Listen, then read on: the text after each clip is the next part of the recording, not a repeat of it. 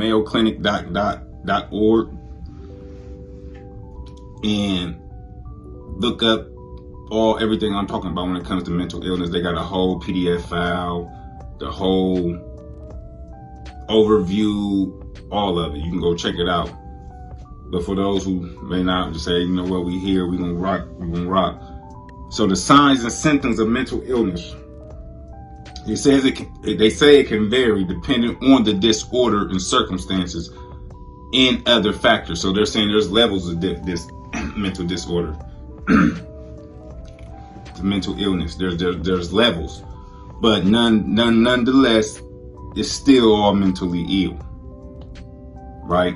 So the symptoms could be feeling sad or down, confused, or reduced ability to concentrate, excessive fears or worries, or extreme feelings of guilt, extreme mood changes of highs and lows, significant tiredness, low energy, problems sleeping. That's due to a mental illness.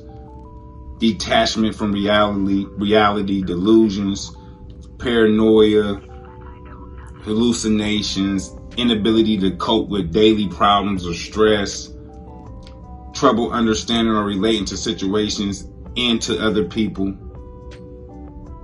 problems with alcohol or drug use, major change in eating habits, sex drive changes, excessive anger, hostility and violence, suicidal thinking. All these are the symptoms of mental illness. That's according to their medical literature that's available, right? So in that, I said, okay, that's how I identified within those symptoms that was I registered with and say, okay, that's me, this me, dang, yeah, that's me, dang, I guess I am mentally ill. So that part with the shrink, I was able to relate with. That part I was able to come to, dang, okay, yeah, identify, boom, boom, boom, boom, okay. That did help. I needed that. I told you, I'm a visual learner. I had to visualize, like, dang, what are these triggers that actually stamp me being in this type of mind frame? If that's what they're saying I am, I'm mentally ill. What verifies it? What actually seals the deal? So it gave me all them symptoms on top of what I told you, what mental illness was and what mental health was, and the developing stages of the brain and how the brain is really under attack. And what's under attack is the development of the brain. So there's things that can literally stop that. And when that is stopped, when the developing stages of the brain is stopped, this is what causes mental illness. To put it in more visible form, causes, they break it down into 3 categories. They talk about the inherited traits, which I just discussed about the stress sperm and the stress egg. So that's the genetics. And then, of course, certain genes may cause, brain dysfunctionalities or underdeveloped brains and whatnot. But I'm talking about the one that I can relate to. So I already know that I was conceived at a disadvantage when it comes to my mind, when it comes to the brain. And then the environmental exposure from both parents. And then when I was in my mother's womb, my mom wasn't eating the best. She didn't have, just genuinely didn't know. My dad genuinely didn't know. When nobody sitting them down, trying to teach them the importance of putting your baby in the best possible circumstance for their mind to be fully developed. Because if not, you're putting them at a disadvantage and you're bringing them into a world that's already ill, and you making them just like the world, ill, making them sick. This world already sick, and then you bringing your baby into a sick world, sick. So my mom she lacked that information to eat the right diet, to make sure that her stress levels was in balance. When nobody teaching her emotional intelligence, how important that was, Didn't nobody teach her that the environmental exposure was a crucial influence on whether your child come out considered healthy or unhealthy when it comes to their mind, their brain. So when I say environmental exposure, so everything that your mom go through, the baby experience, I went through everything my mom went through the amniotic fluid. We drink that. It's in our eyes, it's in our ears, so we taste it, we feel it, and this amniotic fluid is taking on information from your mother, which is taking on the information from the environment. All this is being fed to the baby. So, her stress level's high, she eating bad, this and that, all this stuff plays in a role. And then being born into this world is totally against the anatomy and the natural and organic way of birth. And that throws the baby in shock. That actually works against the amygdala, artificial lights, for one, the artificial lights. But before we even get to the artificial lights, they start pumping the mother. With me, I was a C-section baby, so my mom had to go get all these different type of medications to put her up under so they could do C-section. All that was in my blood, and I must have started wigging out or something, because through all that, I had somehow the reason why I had to get a C-section, I had wrapped my umbilical cord around my neck and strangled myself somehow. In disarray in there. I didn't strangle myself. They pulled me out and had to perform CPR and all that. They had to bring me back to life when I was born. I was born dead. They had to pump me back, bring me back to life. They had me up in the womb in disarray. I was in there in total shock, wigged out. I try to check out before I even checked in. Yeah, so the environmental, so the drugs play a role in the underdevelopment of my brain. That played a role with my mom using it, and then using, while she was on in the hospital. Then due to the lack of knowledge, she allowed him to do a C-section. But in that, I was born under artificial lights. That pitched the baby in shock. Like for us parents out there, when a baby is born, I got several kids. I got actually 8 kids to be exact. And my kids, I could reflect back on births and see the shock and the shaking, and I literally remember my kids not being at ease until they was put in their mother's arms, and then it kind of calms down, kind of settle down. The baby kind of, but off back, like it's shaking, it's crying, it's looking, and then they clip the umbilical cord from the placenta, cutting viable information. And that's why I say this agenda is so real. They know, because the information is available, and it tells you this, and they still bring babies into this world like this. They still set the environments up like the way they are, because they want an underdeveloped brain. They want a mentally ill brain. Like that's important. And if you are in my same geographical location, then you was probably 9 times out of 10 born the same way as me, which means that you went probably under the same interferences I did, which, this is what their information said.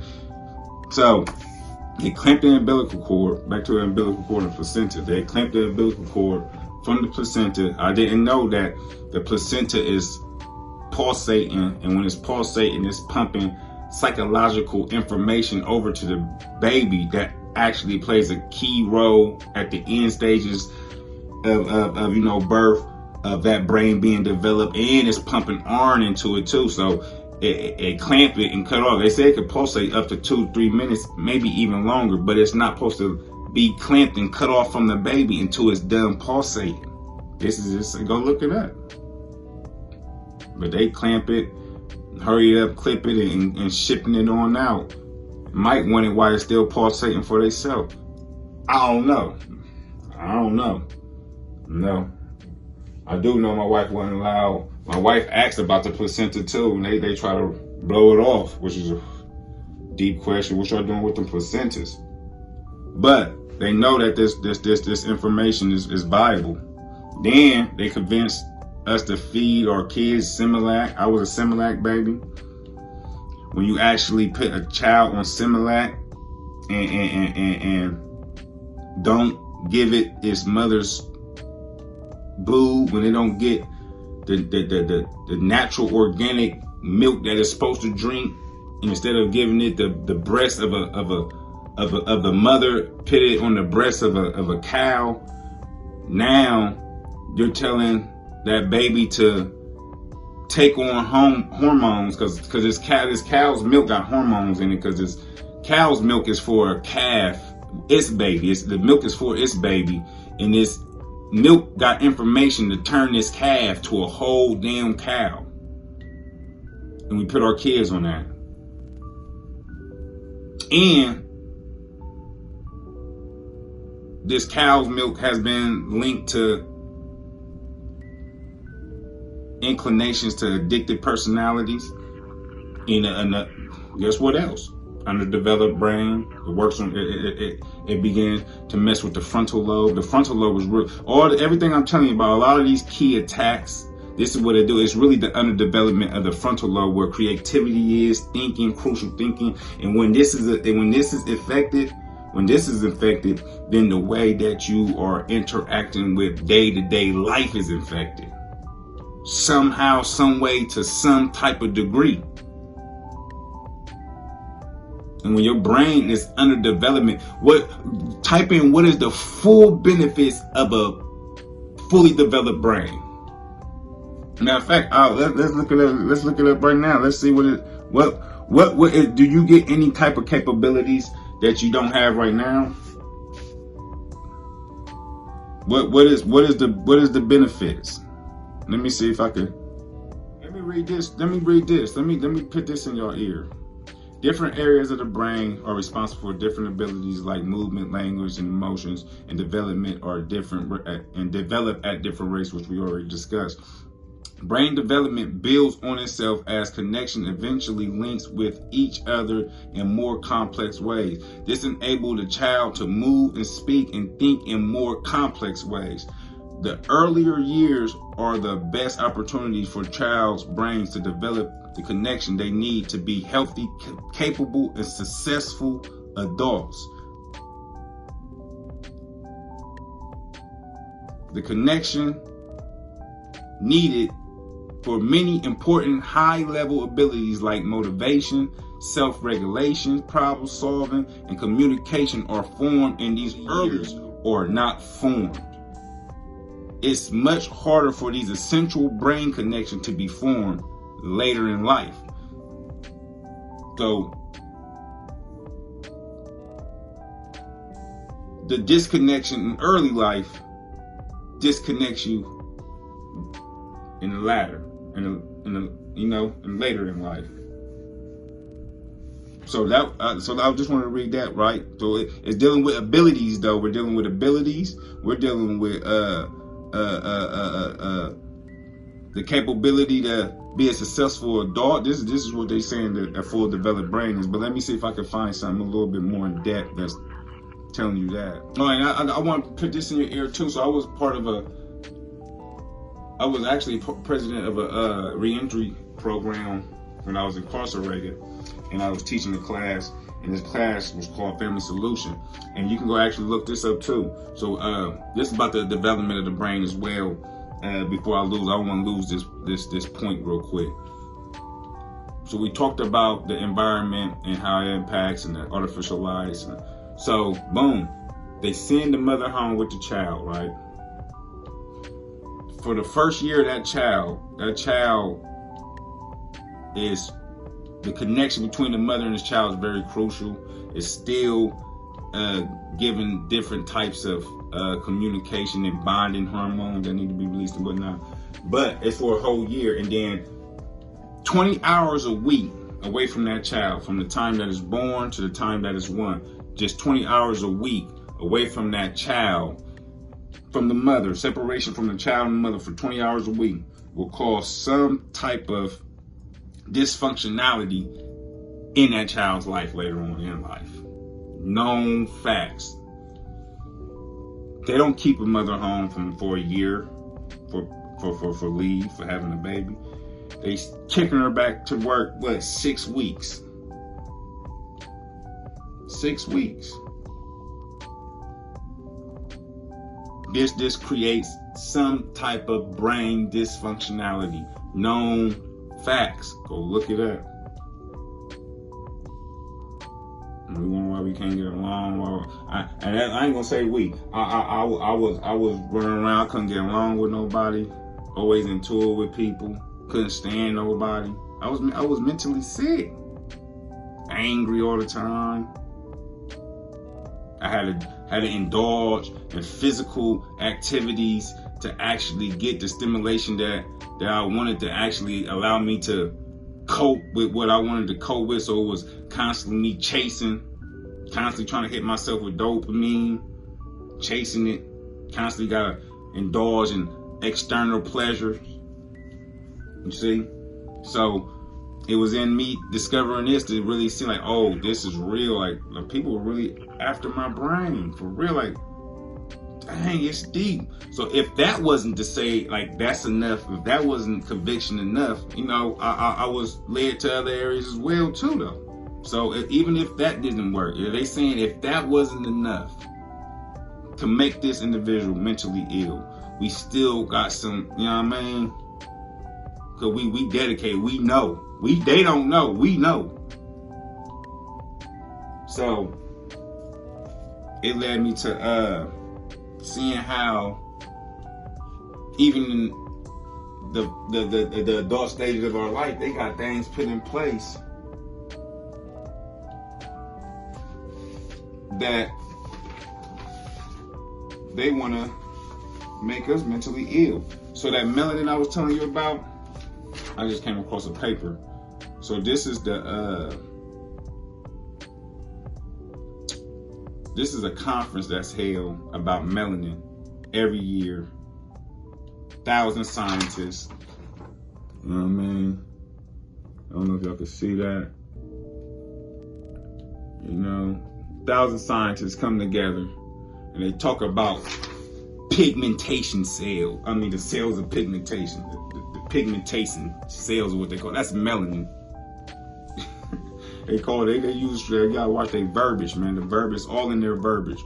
But that's melanin. They got 1,000 scientists to come together every year for groundbreaking conference aimed at empowering and supporting diverse range of professional, a diverse range, which they can't say it's the melanin that's just dealing with pigmentation, because that's a certain type of melanin and that's restricted to one area. That's straight dealing with skin color. We know what that's about. We know it makes your skin color, and that's it. The less you got, the less melanin you got when it's pertaining to pigmentation. But why are y'all saying pigmentation but using words like diverse range? Because melanin is a diverse range of it. It just don't deal with pigmentation. That's why. But I was so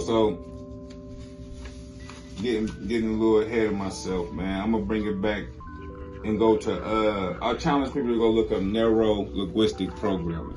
So if the organic way of birth and the organic way of life being conceived, if that wasn't enough to be infiltrated and be perversed and diluted and watered down, if that's not enough, and if that ain't going to underdevelop the brain, then we got some other things that can as well.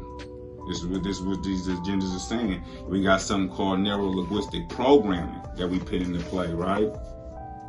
What is neuro-linguistic programming? Neuro-linguistic programming is a way of changing someone's thoughts and behaviors to help achieve desired outcomes. So this neuro is dealing with your nervous system. That's your nerves. in programming. So your nerves can be programmed is what, and they call this pseudoscience. If you actually go look it up on Wikipedia, the PDF file in this package, they're gonna say it was pseudoscience, right? They can call it pseudoscience to throw you off, to make you put it down. But in these patents that I got and that I came across, and I'm gonna give to you, I'm gonna give you these patents, right? The patent, the number of the patent, the day that it was deemed a patent, and the actual title of the patent, what the patent does, right? And get this now, and then we up out of here. You know, just something. So US 07664-176, method of apparatus inducing desired state of consciousness.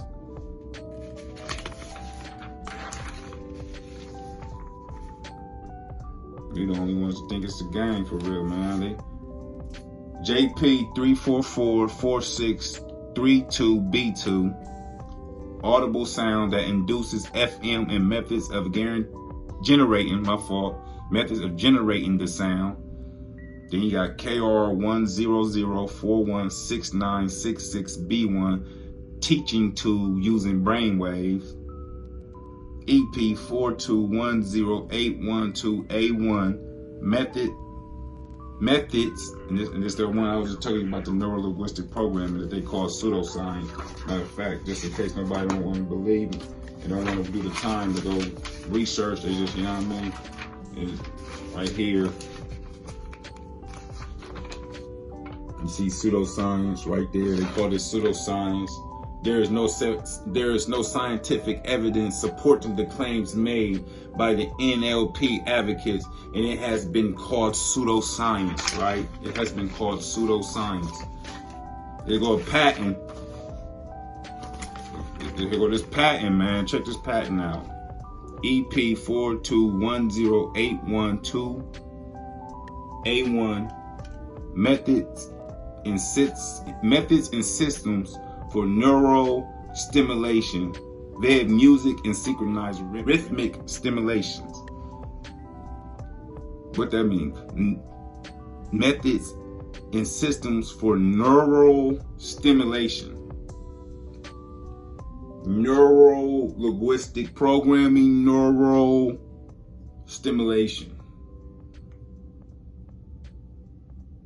I don't even think I keep reading on. You already get my point, man. They got things out here that actually interfere with our brain waves, come in, interfere with our thinking patterns, and actually seduces the mind to desire states of consciousness. Basically, they it's like they got us zombified. So the whole thing was that they're weakening the mind before we even come into this realm. They already weakening our mind with the generation that they got their hands on, and they're weakening the mind to the point that the mind can be controlled. As I began to get my mind back, I began to see what way I was indulging in my own demise through the destruction of my brain. I was able to go identify, you know. Then I got to seeing how precious the brain was, how precious my body was, changing certain choices, getting different type of understanding to help me to make the right choices and pick me on the right path to seek a better me. I wasn't seeking their medicine no more. I got off their medicine. I got off their foods. I got off their remedies. I got off, and that's what it boiled down. I start actually treating them like an enemy, and I start fighting back. And in that, I found peace. I began to find a better me and vision, like kind of cheering me on, like, yeah, come on, come, like, yeah, you coming the right way now. That's what I was able to do. I had to get their hands off my mind, man. They had it on it for a very long time, and I know people that done died with them being brainwashed and them being mentally ill. Never really getting to know what a peace of mind is really like, what real happiness is really like, what real love really is, not that emotional, fake, watered down love that we've been taught to associate with. I'm talking about like the work that is required to put it. That's what real love is. That's what love is. Love is work. And that's what I did. I came into self-love, loving myself, and that requires work, putting in work on myself. So I'm not saying that I'm perfect and why. This is what put me on the road to healing. This is what I was able to go and revisit trauma because of this information, getting the right knowledge and understanding of the situation, definitely with pertaining to trauma, because a lot of my trauma came from when I was a child, and I was even capable of even processing it in the right manner. So I made sense of what I made sense with, which was a false sense, because I didn't, my mind wasn't even, my consciousness wasn't even spread it to the truth for me to even view it the way that I needed to view it. So therefore I wrote a false concept, and some of the things that I came into contact with later in life kind of better off explain some of the things that transpired beforehand. And then I'm like, oh, that's what that was. And you see what I'm saying? So, and then not speaking about it and all that stuff just build up and build up and build up.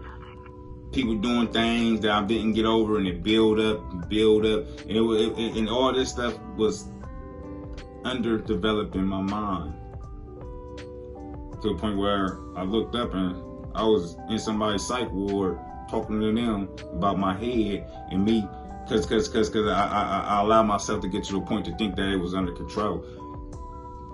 Ain't none of it natural, for one. Anything that's not natural to the body is unnatural. And then you cannot take something that's natural and put it in an unnatural environment and expect natural things to happen. When unnatural happens, it's no shock.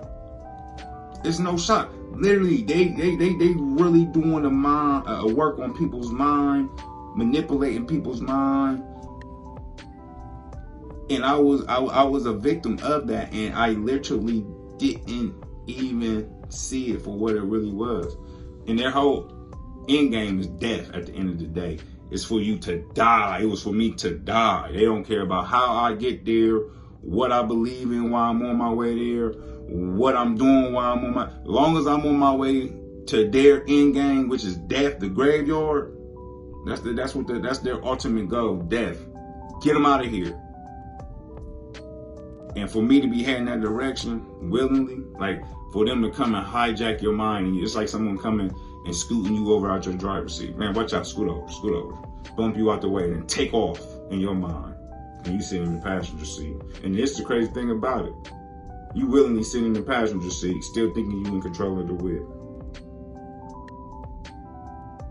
When all the signs around reality points that you have no control.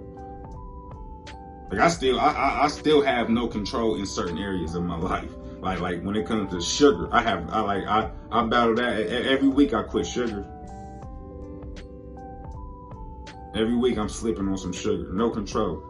And I'm saying this because I have flaws as well. I'm not sitting here, but the thing is, I'm conscious of it now, and I actually know that it's really an issue that needs to be addressed. It's not no longer like me pushing the issue to the side and not even willing to address it. I know this is an issue, so this is why I'm making the proper steps to address it, to handle it.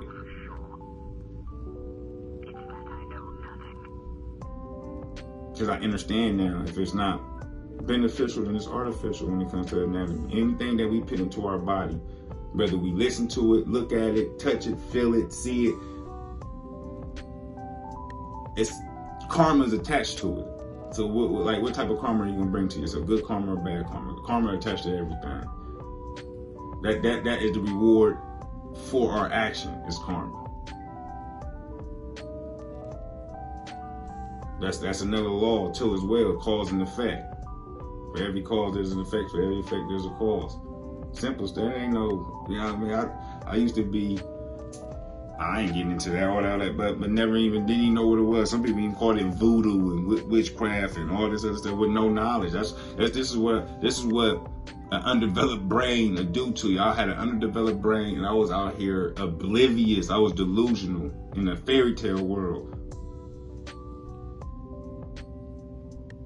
But this information changed my life, and hopefully it can do the same for yours too. You know, I was taught, brought up, and raised to kind of attend to everything outside of me. Nothing, no religion taught me to go within. No job, no my parents, ain't nobody teach me that real peace is within. You gotta go within.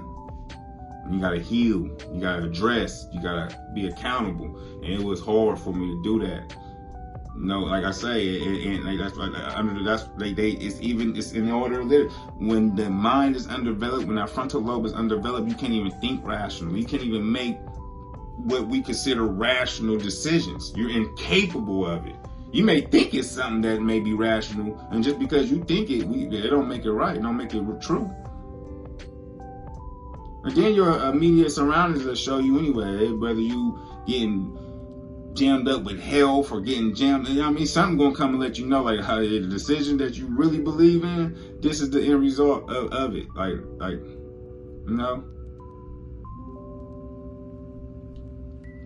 But that is the sure thing that was showing me that I was sick, because them type of signs will come, and guess what? I still make the same decision. I will rationalize. That was a sickness. I will rationalize and find an excuse to justify my stance and how I was standing. That's sick. Mentally ill. But I'll be ready to, you know what I mean, get in the paint with you if you call me mentally ill. Call me mentally sick. I found that as an insult. But yeah. So yeah, mental health, man. My little insight. That was my insight on it.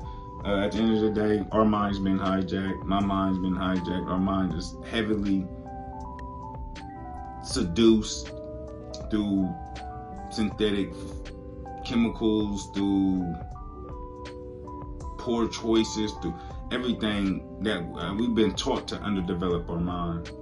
And my challenge to everybody, for real, is to just start doing better by your psyche, man. Just at least start tending to it and treating it like it is a real thing, like it exists. I think that the world is in a crazy, unbelievable time right now, and we don't even want to address that. But you know, a lot of people getting out here and they're talking about unity, and they're trying to, you know, unite people and whatnot, which I'm totally for. But the unity got to start at home first, man. The unity, you got to be united within yourself first. I don't care about that. That has to be the top goal, and until that, we can't get nowhere else until that's first addressed. Because we running around, we all sick and coming together. All thing we did was just build a whole community of sick people. You see what I'm saying? This is why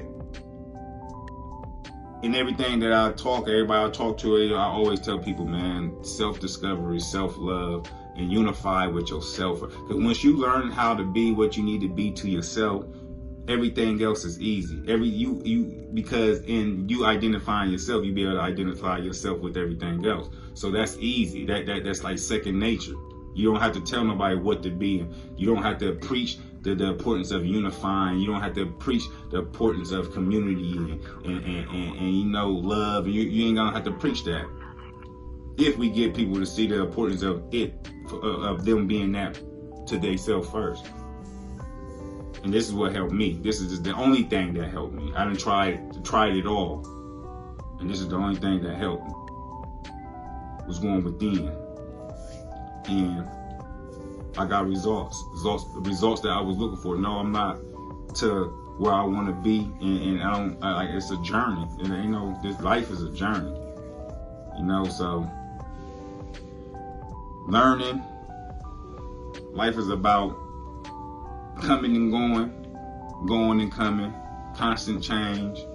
So I'm grateful for the information that I was able to obtain. I'm grateful for having this moment to be able to you know, give it back out, push it back out, not just sit here and hold it. And you know, that maybe if it helped one person, if it helped a half a person, I'm happy. I'm happy with that.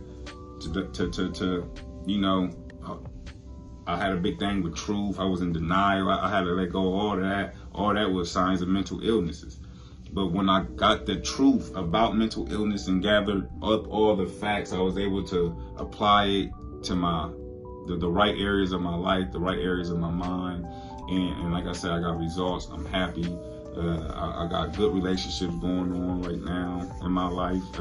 I don't have not one bad relationship. I'm not even saying I don't have no enemy. I don't have not one bad relationship.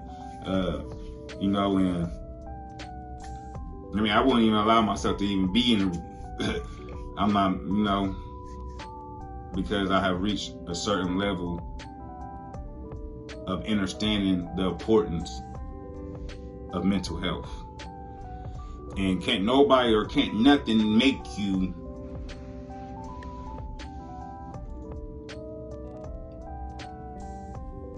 make the decisions that goes against the better you. Can't nobody, I mean, it's influences, but at the end of the day, you have to make that choice.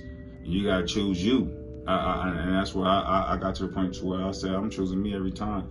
I ain't allowing nobody to mess with my psyche no more, man. People that come in and invade your area and invade your space and do not treat your mental health as a high regards, then they don't need to be around you. If you don't know how to come in and be timid when it comes to my psyche, because the psyche is under a lot of a scrutiny, man. Years of it. We can get into epigenetic inheritance genes. Go look into that. This is trauma that stick with genetic information within the bloodline of DNA, and it feeds the child this information, their child and their child. And then you got something called post-traumatic slavery syndrome, a real thing. I got a matter of fact, I got a book on that called right here. I got a book on that. Deep. This is studies. These are studies. These are doctors who done research and whatnot that are saying that there's a real thing going on, a real life issue that's going on, and we sick when it comes to our mental health, and we so sick that we don't even want to say that we sick. We're refusing it. So, love, peace, and abundance to y'all. Glad I was able to share this information and hopefully it resonate. Ashe.